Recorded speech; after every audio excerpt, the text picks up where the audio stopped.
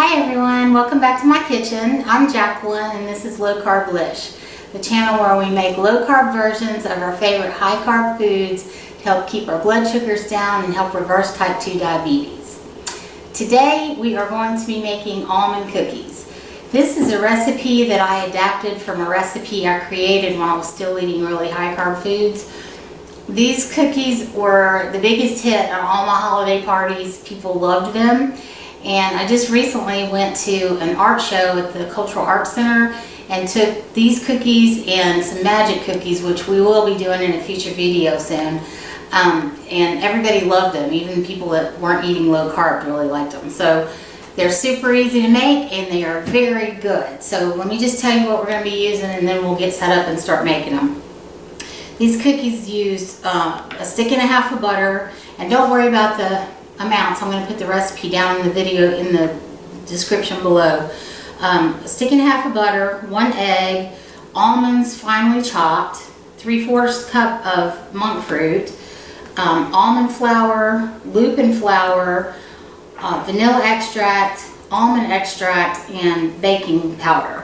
So one thing I do want to mention, if you guys have a peanut allergy, they suggest that you not eat lupin flour. Lupin is very closely associated with peanuts, so they haven't had any adverse reactions yet. However, they warn people that are allergic to peanuts to stay away from lupin flour.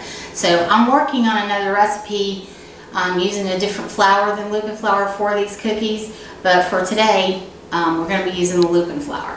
So let me get set up here and we'll get started and we'll be making some cookies. Okay guys, so the first thing we're going to do is get our dry ingredients sifted together, and I cannot tell you how important it is for you to do this. Just put I use a sieve, but you can use a sifter if you have it too. Just put your lupin flour, your almond flour, and your baking powder in and sift away. It's really important to get the lumps and stuff out of the flour when you're baking anything really, but it really makes a difference with these cookies as well.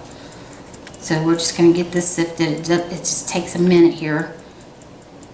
And see all the lumps that are in there, we're going to get rid of those and have nice smooth flour to mix into our batter.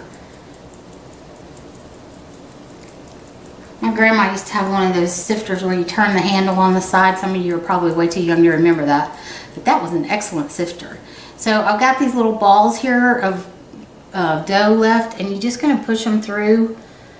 And I just push them down a little bit and then sift some more and keep doing that until I get most of it through. You may have one or two that don't want to go through the sifter, and that's okay. It's not going to make a huge difference on your recipe. So we're good there. And so you see how nice and fine that flour is now, and that's what we're looking for. So let me get the wet ingredients set up with the butter and the sugar and everything, and I'll show you how we're going to blend it up and get air into it so that we can make our cookies. And I'll be right back. Okay y'all, I'm back. So what we're going to do is we're going to put our monk fruit in here, and I'm just using granulated monk fruit. You can use any low carb sweetener that you like, should work. And we're going to put our butter. Now this butter is at room temperature, and that's important too. So we're going to put our room temperature softened butter in with our monk fruit. And I'm going to mix it up so you can see how it looks when it first gets started. And then this has to be whipped for 5 minutes, and it's really important to do that.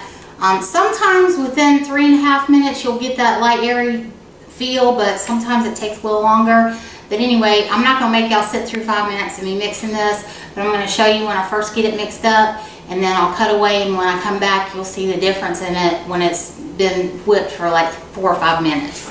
So let's get started here.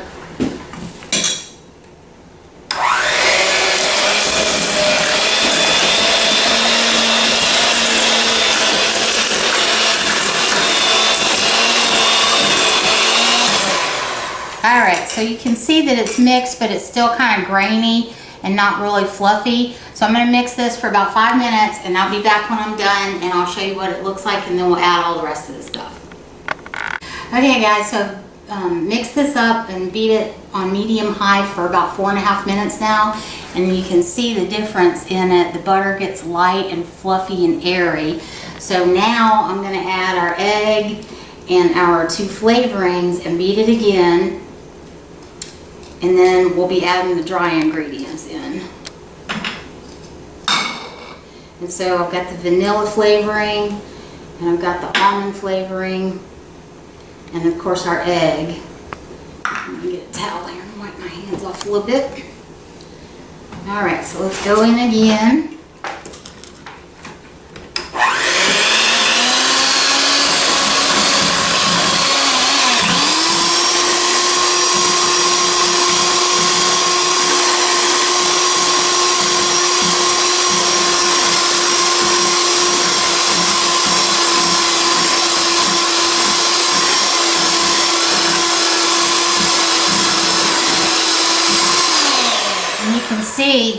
You can see that doesn't take but just a minute to get that all incorporated.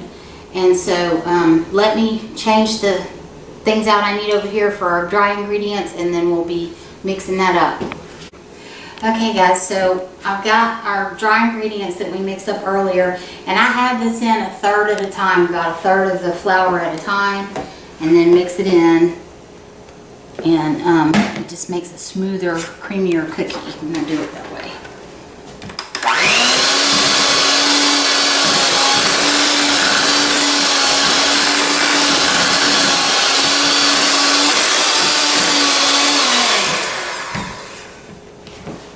And it doesn't take but a minute to get it mixed in. It's not a long, drawn-out process, thank goodness. Because you know me, I like it simple. The simpler, the better. All right.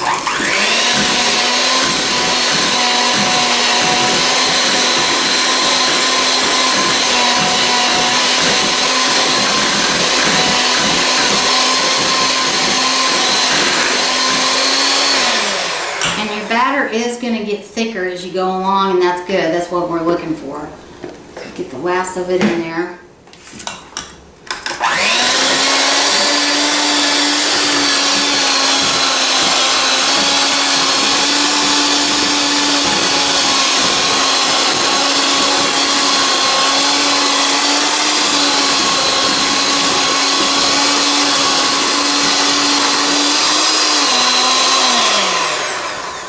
Alright, so I'm going to take my spatula and scrape down the sides of my bowl and make sure everything's incorporated well, and then we're going to add the almonds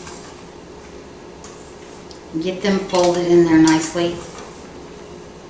So you guys, I just want you to see this is a nice thick batter, and it's great because we're going to be using a scoop to portion out the cookies, so this works really well. So we've got it mixed up very well, and now we're just going to add our almonds here. And these are beautifully chopped almonds. And I just buy the almond slivers and chop these up. But you can use any kind of almond that you want. Slivers, the whole almonds, or the sliced almonds. And if you use the whole ones, you're probably going to need your food processor to chop them up. But when I get the sliced into the slivered ones, I just chop them up with a knife, and it does beautifully. Okay, so we've got all the almonds incorporated into the batter. Now the batter's going to go into the refrigerator for about 15 minutes, and then we're going to scoop them out and portion them out, and bake them in the oven at 350 for about 11 minutes, and then we'll be eating some delicious almond cookies. So I'll be back as soon as this is chilled. Okay guys, so the cookie dough has been in the refrigerator for about 15 minutes. I'm just using a small little scoop to portion out the cookies. And I got this off of Amazon, so I'll put a link down there in case you guys want to get one. But you can totally use a tablespoon or something like that if you want to. If you are going to be using one of the scoops like this, I fill it up and I just make sure that the bottom is flat. And we're going to get 12 cookies on this cookie sheet. And I'm going to go in here in a minute after I get them all scooped on here and flatten them out with a fork. Because they will flatten out some, but they don't completely flatten out if you don't help them along. So I just like to go in, because I like mine really crispy. And if you don't flatten them out, they'll still cook and they'll still be good. They just won't be as crispy as I like them to be. So I just go in there and flatten them out because I like a crispy cookie. And like I say, people that are not even eating low carb love these cookies. So they have been a hit, and I'm glad about that because the high carb version that I used to make, I couldn't keep them in the house either. People loved them. And I think it's just because people really like almond cookies. And these are very close to the recipe that I used to make that was high carb. But it's much healthier and makes me much happier to eat these today. So I've got these on the pan here. And let me grab a fork real quick because I forgot to do that. I'll be right back. Okay, sorry about that, guys. So I just go in here with the fork and kind of cross-hatch them and push them down. And the marks are not going to stay on them for the most part. They're going to flatten out and you're not going to see those marks on your cookies. And like I say, I just like to flatten them out a little bit because I want them to be as crispy as they can be. And these have just a really nice, subtle flavor. And you can taste the almond, but it's not overwhelming. And these are a sweet cookie, but they're not cloyingly sweet like some cookies are. And I'm going to be making magic cookies in an upcoming video. And that is not my recipe, but I did tweak the recipe that I found online. And I do not know who to credit that recipe with because I couldn't find the original person that made them. So if you guys have that information, if you want to leave me a comment down below and let me know, I'll be more than happy to credit that person with it. So this is the 12 cookies that we've got going. I'm going to pop these in the oven. These are going to cook for about 11 minutes on 350. And when we pull them out, I'll let you see what they look like. And then we'll cook the second batch. And then once we get those cooked, we'll be sitting down and have some cookie and coffee. Okay guys, so the cookies have been in the oven about 12 minutes here. And they are beautifully golden brown on the edges. And this is what you're looking for. So I'm going to let these sit on the pan on the silpat mat for about 5 minutes. And then I'm going to transfer them over to the cooling rack. And when we come back, they'll be ready and we'll be eating some cookies. Okay everybody, so the cookies are ready and I'm sitting down to have a cup of coffee and a couple of cookies. I hope that you guys... You have... I have your... You're totally going in the bloopers reel. Okay everybody, I have got the cookies done. I'm getting ready to sit down and have a cup of coffee with a couple of cookies. I hope that you guys will try this recipe. Macy's getting a couple of little pieces of her cookie in just a minute too. And just in case any of you dog lovers out there want to know, monk fruit is safe for dogs in very small portions. It's actually not harmful to them. It can cause just gastrointestinal problems, but just a couple little pieces is fine. So I hope you'll try these and let me know what you think about them. If you like the content that you're seeing here, I would really appreciate it if you would hit that like button for me because it really does help people find my channel that have just been diagnosed and are looking for help. And also, if you could subscribe, that would be amazing and you won't miss any of the recipes that I have. And I just appreciate you so much coming to spend time with me today. And I hope you enjoy these cookies and I hope you have a great week. Talk to you soon. Bye.